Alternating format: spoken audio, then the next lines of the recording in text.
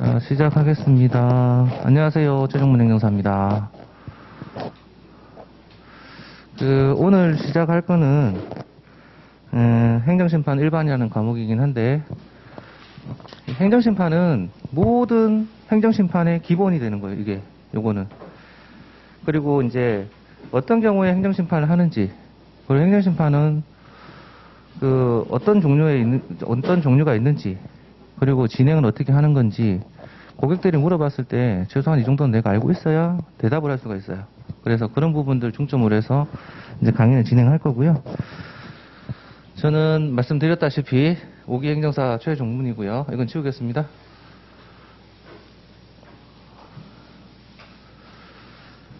저는 지금 사무실은 서초동에 있어요. 서초동에 있고, 이게 잡히나?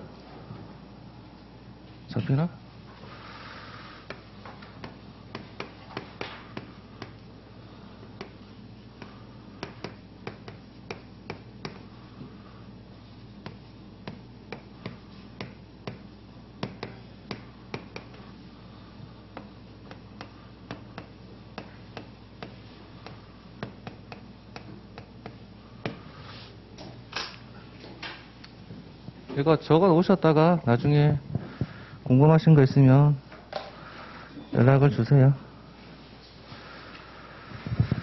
그리고 저는 지금 현재 서초동에서 있으면서 행정심판, 영업정지라든가 운전면허 쪽 위주로 많이 하고 있고요. 행정심판도 이제 식품위생법 그쪽으로 좀 많이 하고 있고, 다음 주에 영업정지 강의할 것도 식품위생법 위주로 많이 할 겁니다. 제일 많이 접하는 분야가 영업정지 쪽 행정심판이라서 그걸 좀 중점적으로 할 거고, 그 외에도 되게 많은데 일단은 그걸로 들어갈 거고요.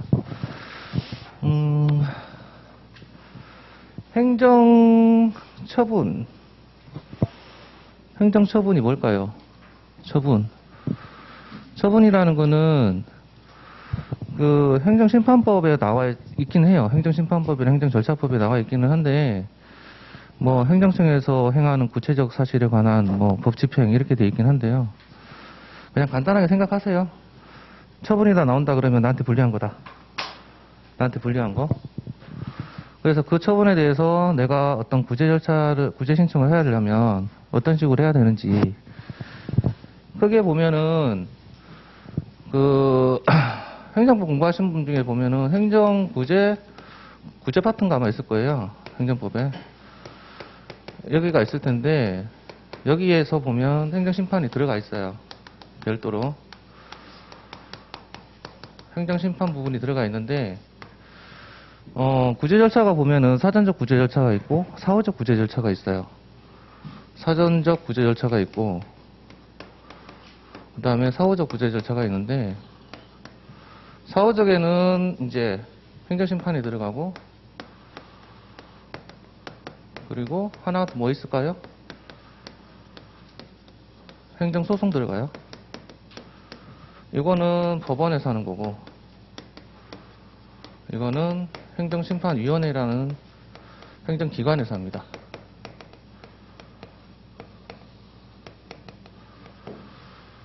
그리고 사전적 구제 절차는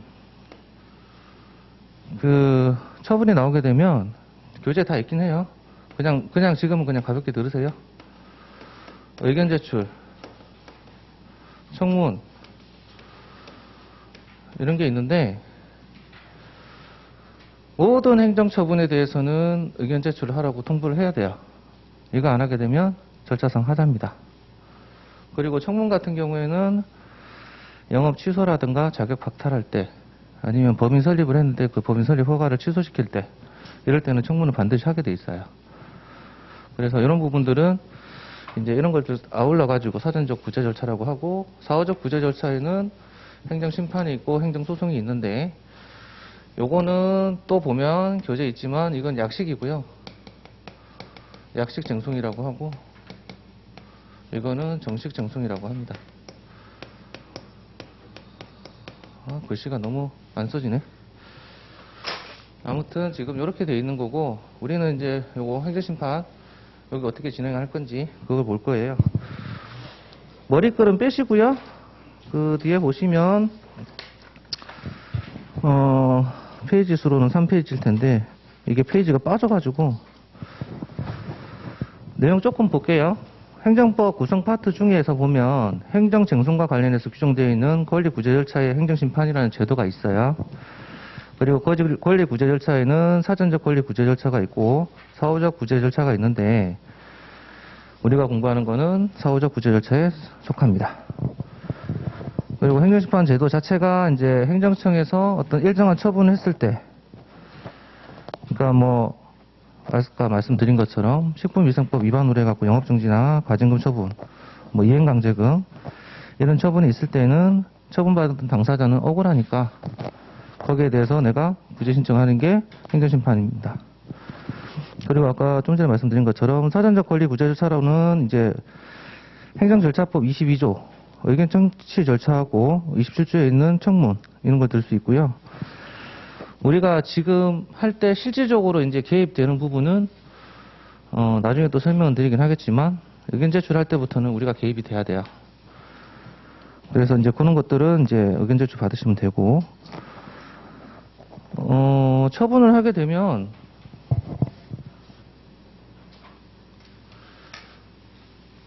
행정청에서 처분을 하게 되면 행정처분 사전 통지서라는 걸 먼저 보내요.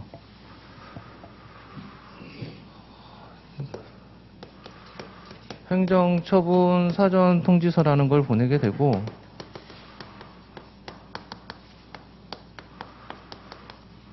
이거는 반드시 문서로 하게 되어 있습니다. 법에. 그리고 이거를 한 14일 정도 14일에서 뭐 20일 정도 안에 이제 지나고 나면 처분 통지서를 보내요. 이 처분 통지서에 보면 언제부터 처분하겠다는 처분 날짜가 나오거든요. 여기에. 그럼 여기에 어떤 날짜가 기재가 되고 이 날짜가 경과가 하게 되면 그 다음부터는 이제 처분이 시작이 되는 건데 행정처분 통지서를 받고 나면은 행정처분 통지서가 있어야지 그때부터 처분이 효력이 발생을 해요. 그렇기 때문에 처분 통지서를 받고 나면은 의견서라는 거 우리가 제출해줘야 되는 게 맞고 근데 의견서는 예전에는 그 행정심판 청구서를 약간 좀 줄여가지고 많이들 했는데 지금은 그 행정청 들어가면 행정처분 통지서 그 의견서에다가만 간단하게 한 줄만 쓰라고 해서 돼 있긴 하지만 그래도 우리는 행정사니까 네, 돈 받고 해주면 돼요. 그런 식으로 지금 들어가는 거고요. 그 다음에 이제 아까 설명드린 게 이제 사후적 권리 구제 절차하고 사후적 구제 절차로서는 이제 행정심판하고 행정소송이 있는데 이건 처분이 됐잖아요. 처분이 됐으니까 이제 사후가 되겠죠. 그래서 이걸 받고 나면 그때 행정심판 청구서 작성을 해가지고 행정심판위원회에 이제 제출하는 겁니다. 근데 이제 보시면 그 교재도 있는데 행정심판 전취주의라는 말 혹시 들어보셨어요? 네. 행정심판은 원칙은 이 구제 절차 할 때 그 행정심판 전체주의가 아니에요. 원칙은 이 전체주의라는 거는 소송 들어가기 전에 반드시 거치라고 돼 있는 거고 원칙은 이건 아니에요. 이건 아닌데 개별법에 이 전체주의라는 말이 있어요. 개별법에 도로교통법이라든가 아니면은 뭐 국가공무원법이라든가 아니면 특허법이라든가 뭐 이런 데는 보면 이런 게 들어가 있어요. 반드시 행정심판을 하고 나서 그 다음에 소송 들어오라고 그렇게 있어가지고 그런 내용인 거고 그거 하다 보면은 여기 지금 있긴 하지만 행정심판 거친 후에 소송 제기하는 경우에는 음주사건 그리고 조세사건, 공무원 소청사건 이런 거는 행정심판을 통하고 나서 기각이 됐을 때 그때 행정소송을 하라는 얘기거든요. 그 나머지는 행정심판 들어가도 되고 소송으로 바로 들어가도 되고 아무 관계는 없습니다. 그런 내용이고요. 그리고 소송은 우리 행정사가 개입할 수가 없어요. 아까 말씀드렸다시피 관할이 법원이에요. 그래서 할 수가 없으니까 법무사나 이제 변호사 이렇게 해가지고 업무 공제협조 하시면 소개해 주시고 뭐 따로 업무 협조하시면 될 것 같아요. 자, 그리고 이거 적으시지 않으셔도 돼요. 이거 뒤에 다 나와요.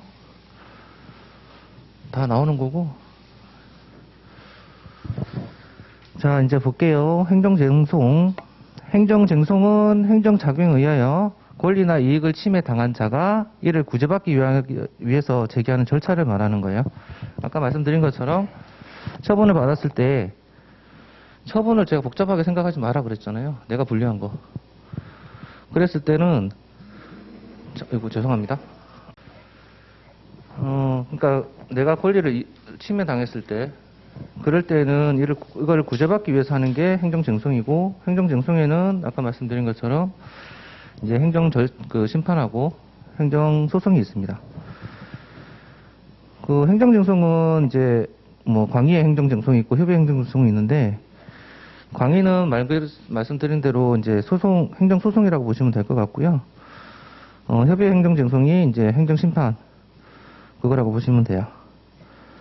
넘기셔가지고 항고쟁송은 이제 행정청의 어떤 그 처분 이런 거를 이제 취소하는 그런 절차를 말하는데, 국세기본법상에 이의신청이 있고 심판 청구가 따로 있고요.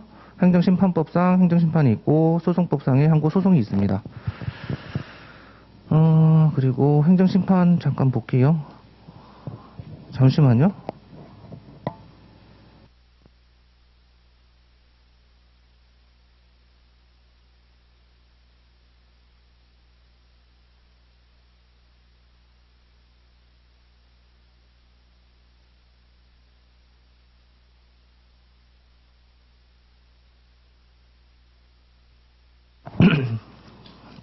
그리고 행정심판하고 행정소송 이걸 봤을 때 행정심판은 행정기관이 있어요. 따로 제3의 기관.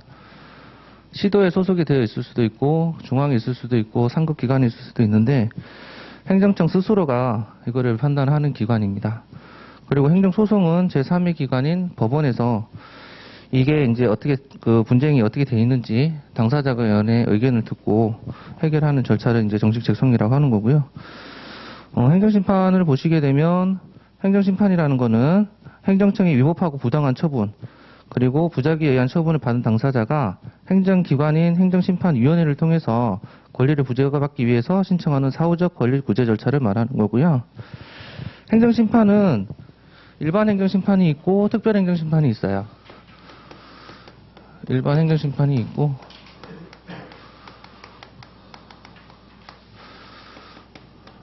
특별행정심판이 있는데,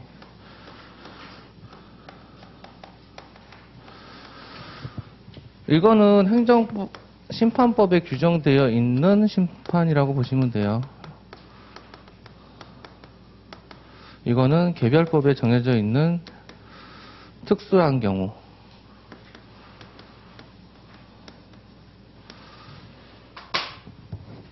행정심판법은 다른 법률에 어떤 그 심판에 관련된 규정이 없다 그러면 이 행정심판법 규정에 따라서 행정심판을 할 수가 있습니다. 근데 행정심판법에도 보면 다른 법률에 규정이 있는 경우 외라고 돼 있어요. 경우 외에는 이 법에 따른다라고 돼 있는데, 그 경우 외에 해당되는 게 이런 개별법 규정들이에요. 요거는 이제 행정심판법은 일반법이다 보니까 일반적으로 다룰 수 없는 특별한 어떤 전문적이 있는 경우, 전문성이 있어야 되는 경우, 그런 경우에는 이제 여기 특별행정심판위원회에서 진행을 하는 겁니다. 그리고 행정심판 일반 같은 경우에는 제일 많이 하는 게 여기에는 이제 세 가지가 있죠. 취소심판이랑 취소심판,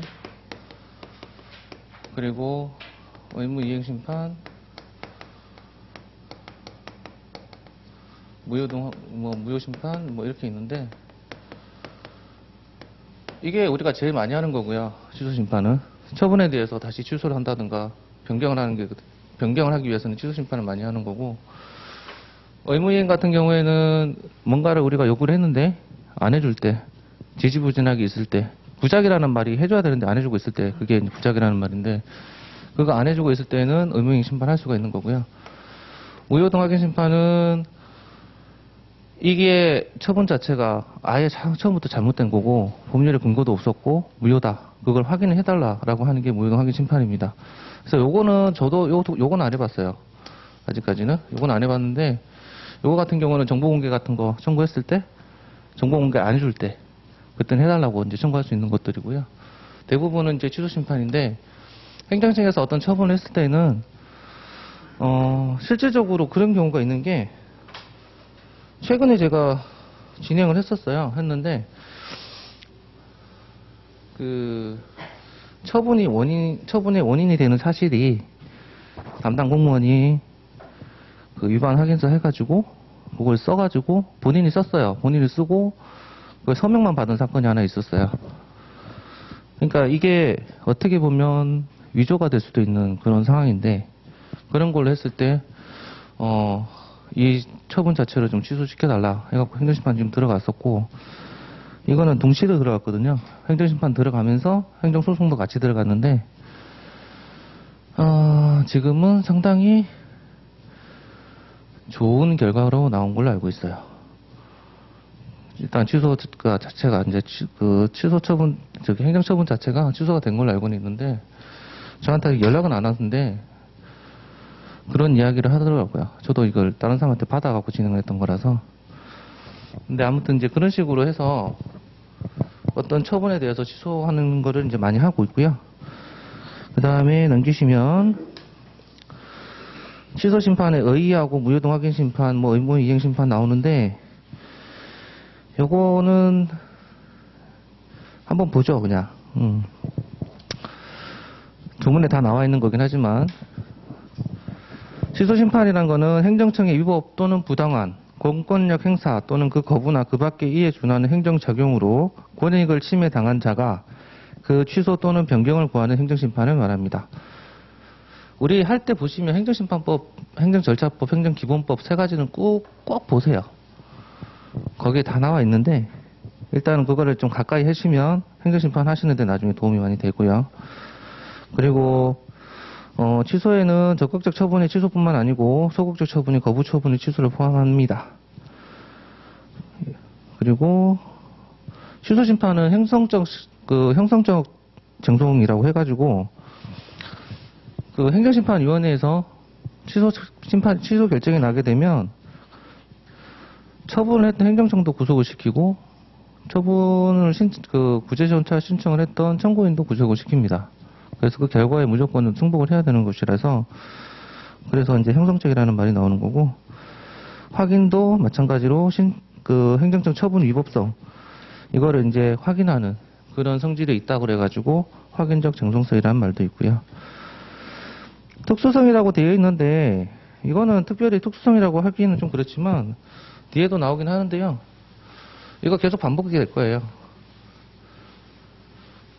행정심판 공부하셨던 분들 심판 청구 며칠이에요? 90일? 며칠? 90일? 아닌가요? 하면 안 돼요.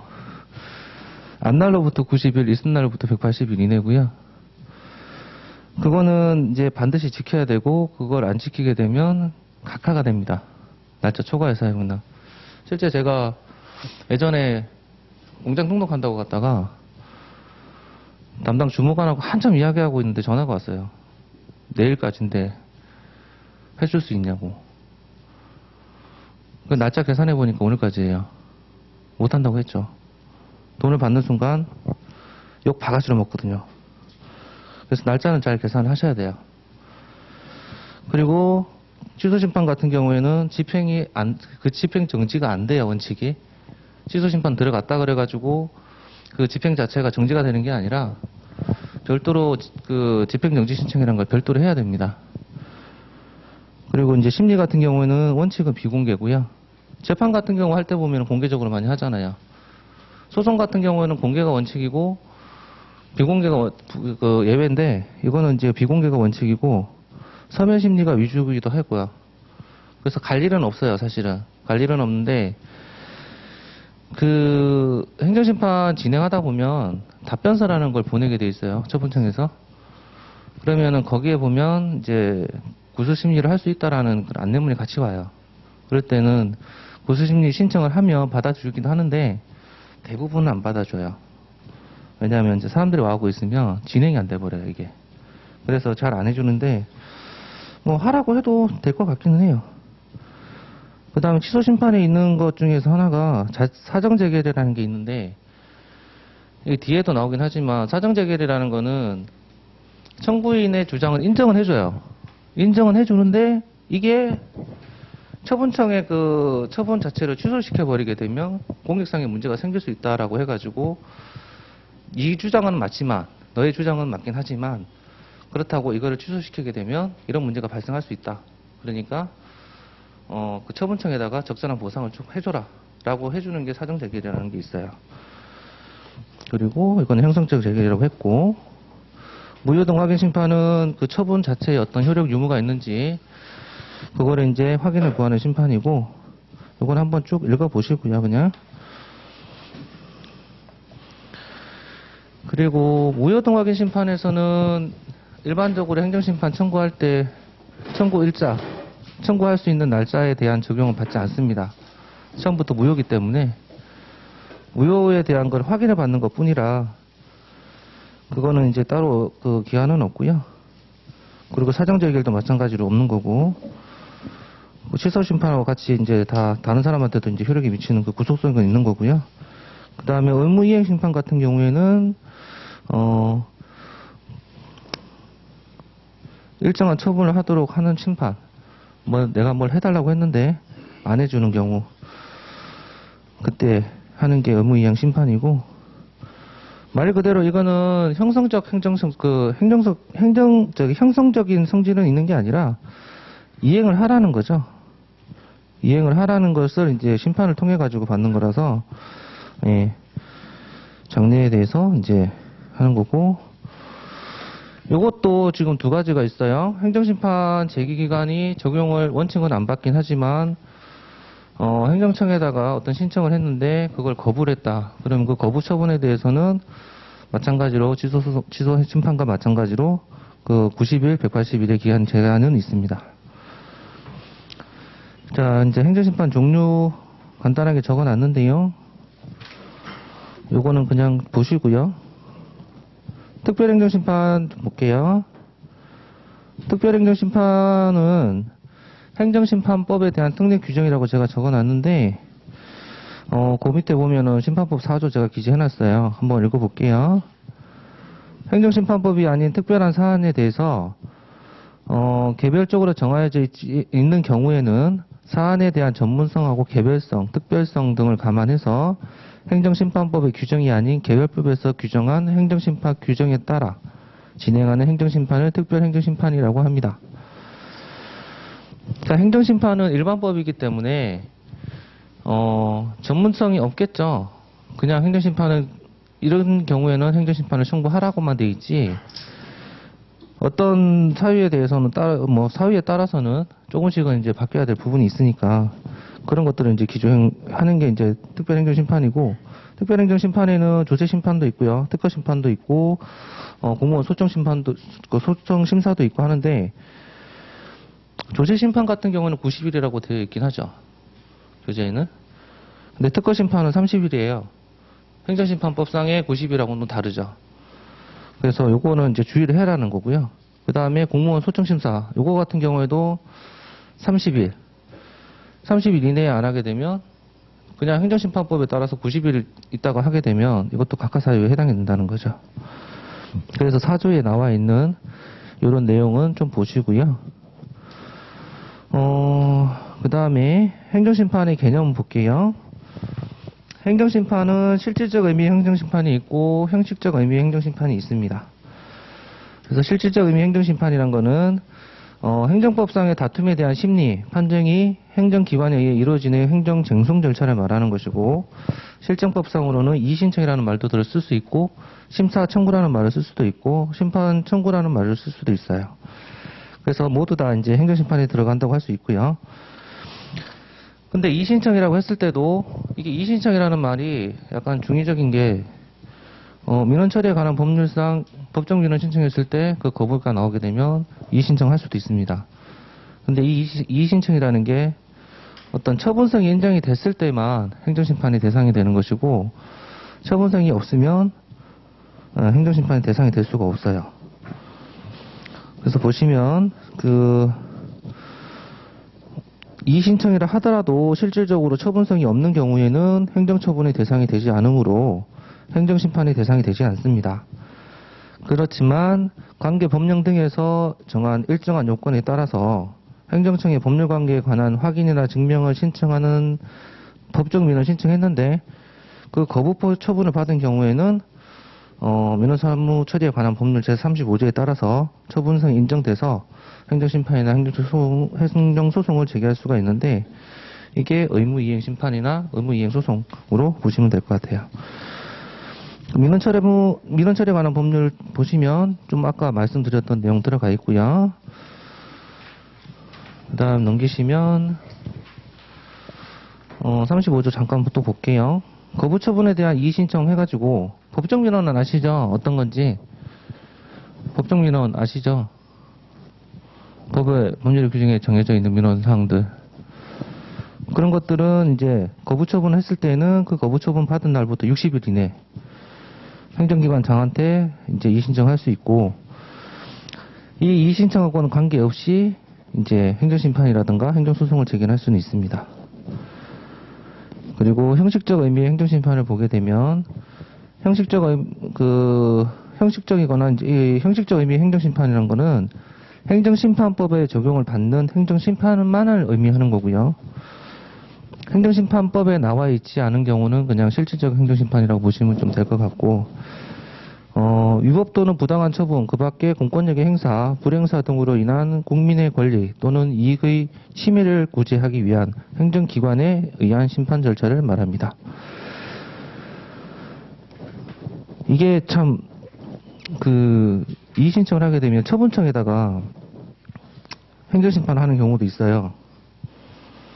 행정심판은 뒤에는 나올지 모르겠는데 뒤에는 나오긴 하겠지만 조금 앞에 행정심판을 청구를 할 때는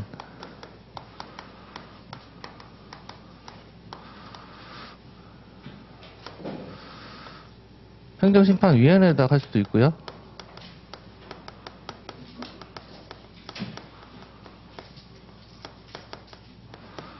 그리고 처분청에다 할 수도 있어요. 물론 처분청은 이제 직접 처분청이 아니라 상급 처분청이고요.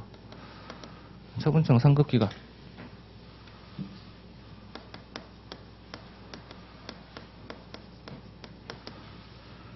동작구청 같으면 서울특별시, 성남시 같으면은 경기도지사 이런 식으로 이제 상급기관에다가 이제 행정심판 청구를 할 수는 있어요.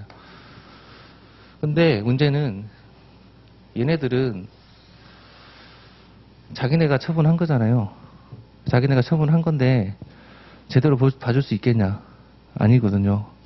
그래서 행정심판위원회라는 별도의 조직을 만들어 확인하는데 행정심판 청구를 할 때는 여기를 거쳐서 가는 것보다 여기로 바로 가는 게 좀 더 빨라요. 좀 더 빠르기도 하고 집행정지 신청할 때는 반드시 일로 가야 됩니다. 네. 그래서 행정기관이긴 하지만 같은 행정기관이기 때문에 팔이 안으로 굽는다고 해서 조금 소극적으로 보는 경향들은 좀 있어요. 그래서 그런 거 좀 감안을 해야 돼요. 행정심판 할 때는.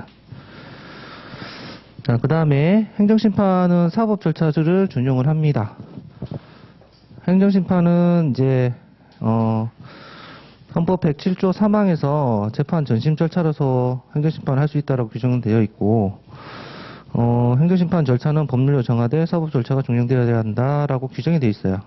그래서 행정심판이 행정청 위법하고 부당한 행정처분에 대해서 행정심판 기관에 의해서 침해된 국민의 권익을 구제하기 위한 심판 절차이기 때문에 사법 절차가 준용되는 절차라고 할 수 있습니다.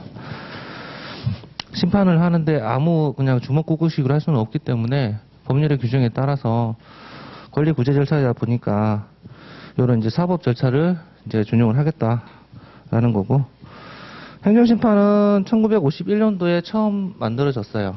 소원법으로 하다가 이제 84년도에 행정심판법이 제정이 됐고 그 이후로 계속 개정이 좀 되면서 2018년 11월부터 해가지고 지금까지 계속 이어져 오고 있습니다.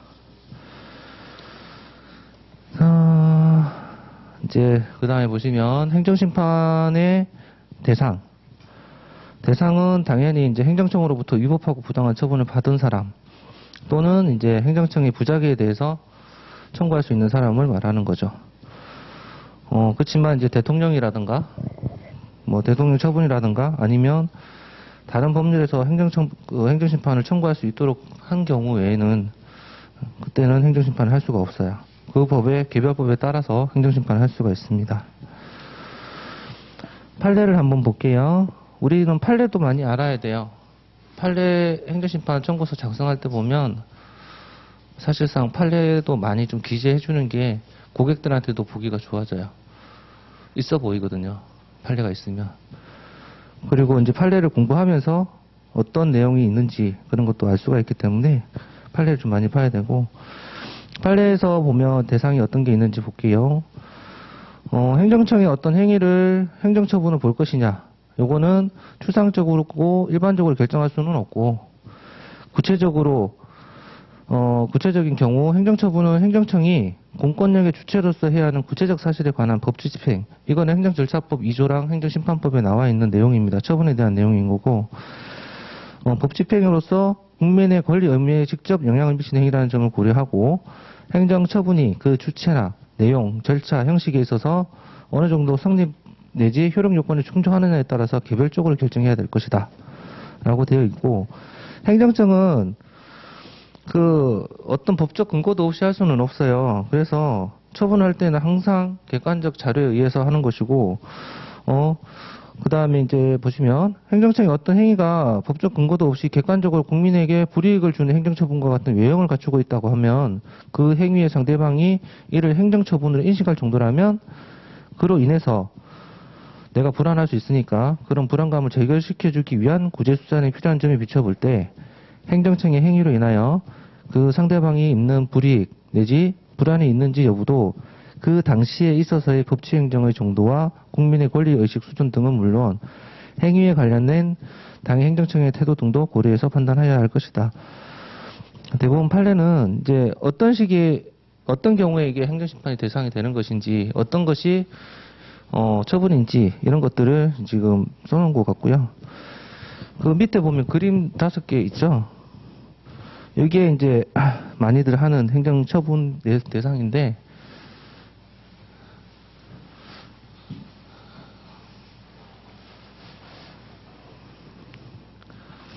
행정심판 제일 많이 하는 거는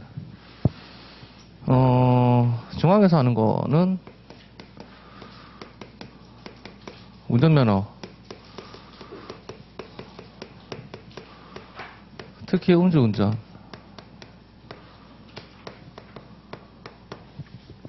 굉장히 많아요, 이거. 제가 작년 12월 달에 마지막으로 받았던 게 답변서가 어제인가 왔거든요. 그저께 왔는데 운전면허만 관련했을 때는 1년에 거의 한 18,000건 정도 들어갑니다. 전국적으로. 전국에서 모든 걸 다 여기서 다 관할을 하고 있고요. 그 다음에 시도 같은 경우에도 평균적으로 1년에 7,000에서 8,000건 정도 들어가요. 굉장히 많죠. 행정사로서 먹거리가 많다는 얘기입니다. 네. 그리고 이제 시도에서 많이 하는 게 식품위생법 위반. 이거 다음 주 영업정지할 때 말씀드릴 건데 청소년 보호법 있잖아요.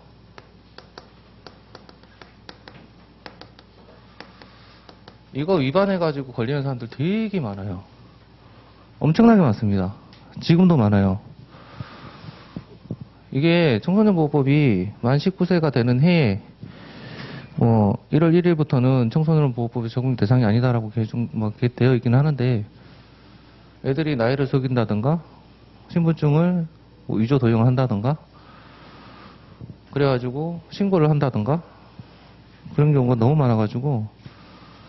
근데 좀 잘 되는 데서 이러면 그냥 그럴 수 있어요. 주변에서 뭐 배 아파서 그럴 수 있다고 하는데 꼭 없는 사람들 위주로 많이 합니다. 진짜로. 제가 이거 하면서 행정사 일하면서 야, 변호사가 되면 참 많이 벌 수 있겠다라는 생각을 많이 했어요. 진짜로. 왜냐하면 작년에 세 번째? 두 번째 걸렸구나, 이분이. 작년에 이제 한 번 걸리고 나서, 재작년에 한 번 걸리고, 그 영업정지 1개월 처분을 받았어요. 감경을 받아가지고. 감경을 받아서 했는데, 다시 영업 재개하고 나서 한 달인가 있다가 또 받았어요. 여대생이라 해갖고 들어왔는데, 알고 보니까 17살짜리 여자애들이 화장해가지고 들어와서, 신분증이 맞고 자기 거 맞다. 그리고 그 중에 하나는 신분증을 안 갖고 왔으니까 핸드폰에 있는 사진으로 확인해달라. 그래서 확인해줬는데 경찰 조사 받을 때까지만 해도 얘네들이 위조한 게 맞다라고 했는데 실제 경찰서 가가지고 진술 번복을 하는 바람에 그게 그 영업자한테 불리하게 지금 작용이 돼가지고 이분은 영업정지 3개월 나왔거든요. 근데 그걸 보면서 야, 이게 행정사로서 도와줄 수 있는 게 한계가 있어요. 서류 써주는 게 전부였기 때문에 한계가 있고, 일반적으로 행정사들은 저는 행정심판 할 때 보면 잠깐만요.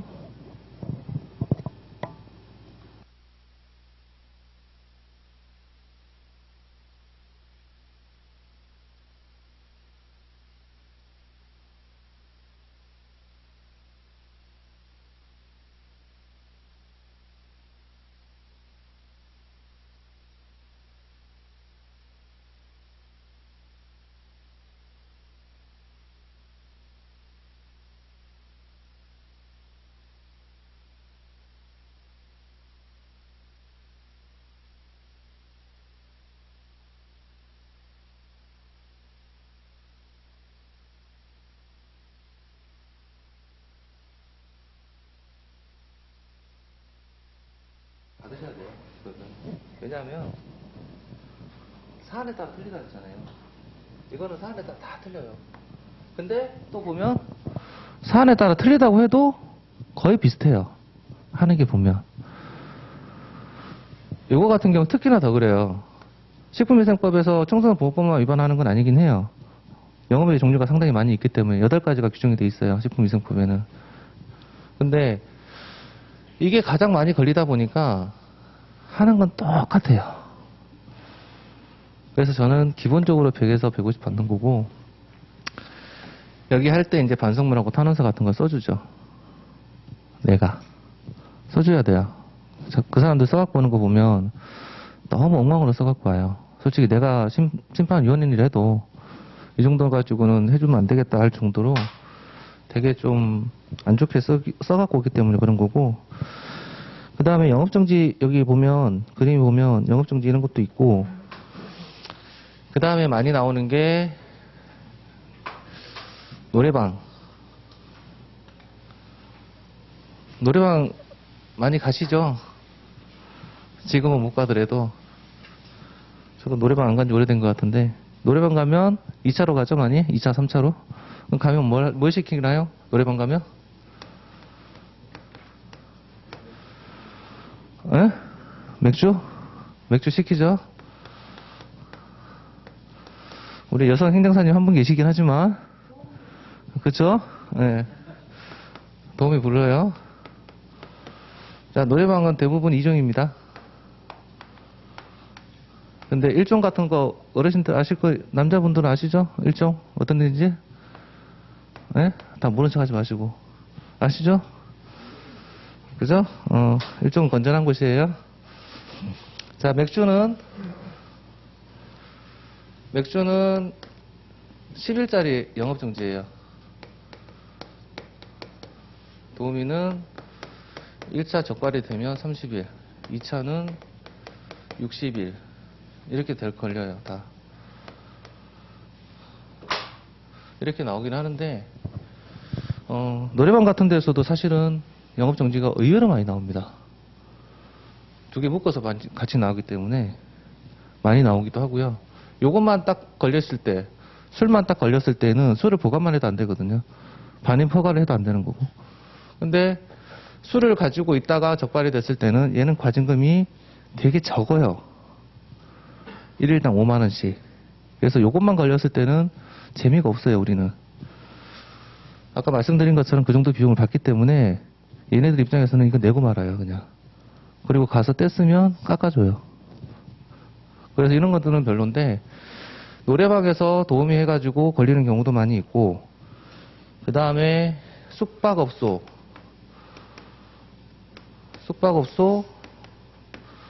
미성년자 혼숙. 이거 되게 많더라고요. 예전에 어릴 때 여자친구랑 갔는데 신분증 검사를 하길래 나이도 저보다 많은 친구였는데 신분증 검사해가지고 약간 좀 그런 게 있었는데 지금은 이제 3인 이상 이성 혼숙도 안 되잖아요. 그죠? 그래서 이런 것들 잘 걸려요. 그 다음에 또 나오는 게 그 인형 뽑기방 있죠. 그게 경품 가액이 소매가 기준으로 해서 5,000원 넘어가면 안 돼요.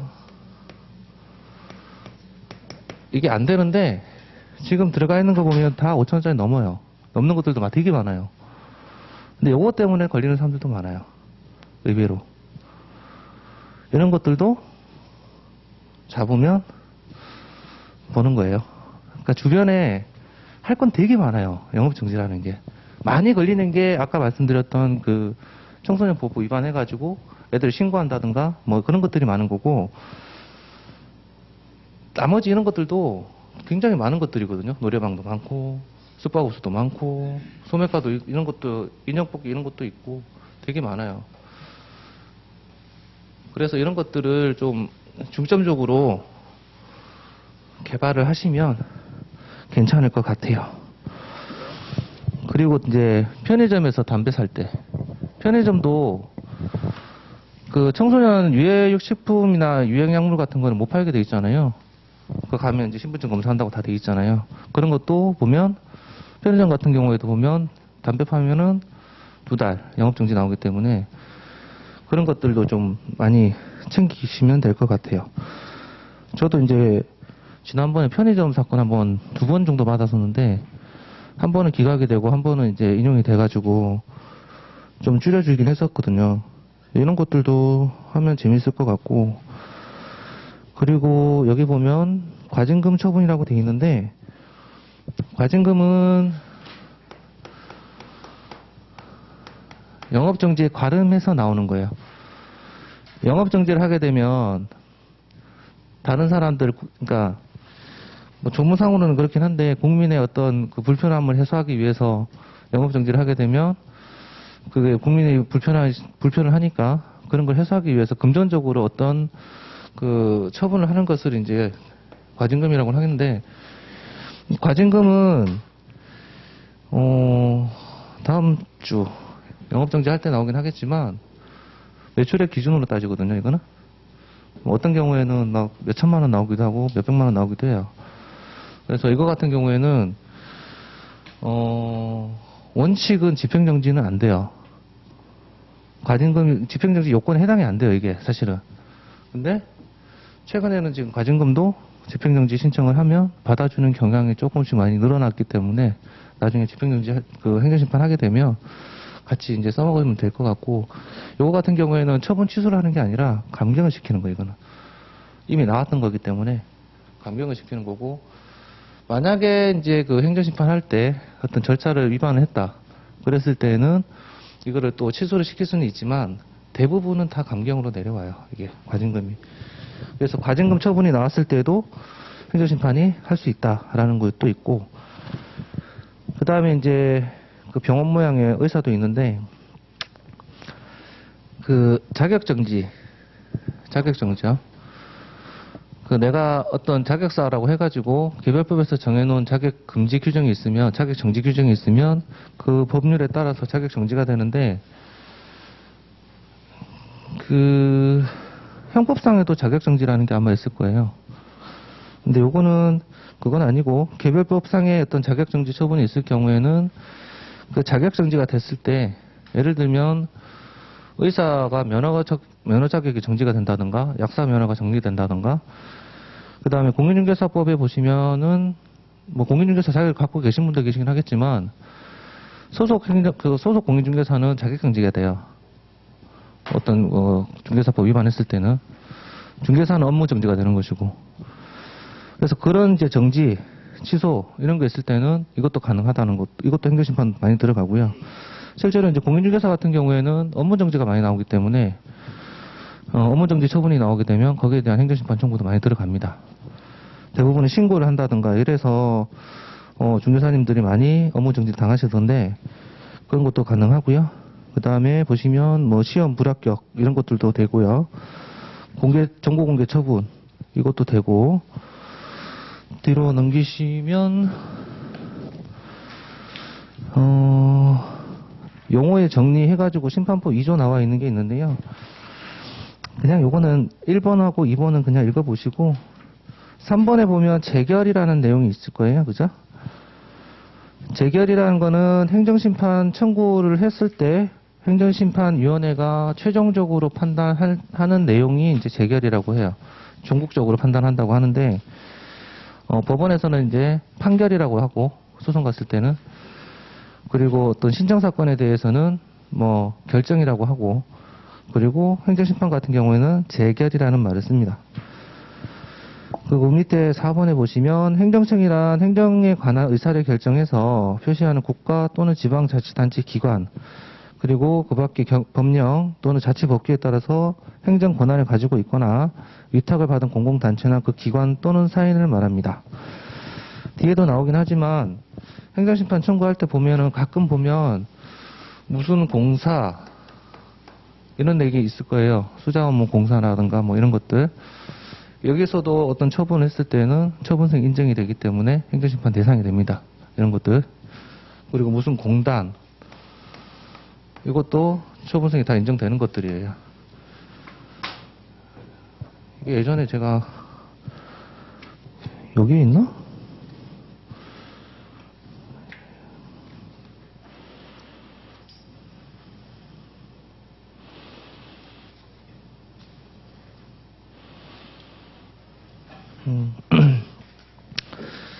일단 여기까지만 좀 보고요.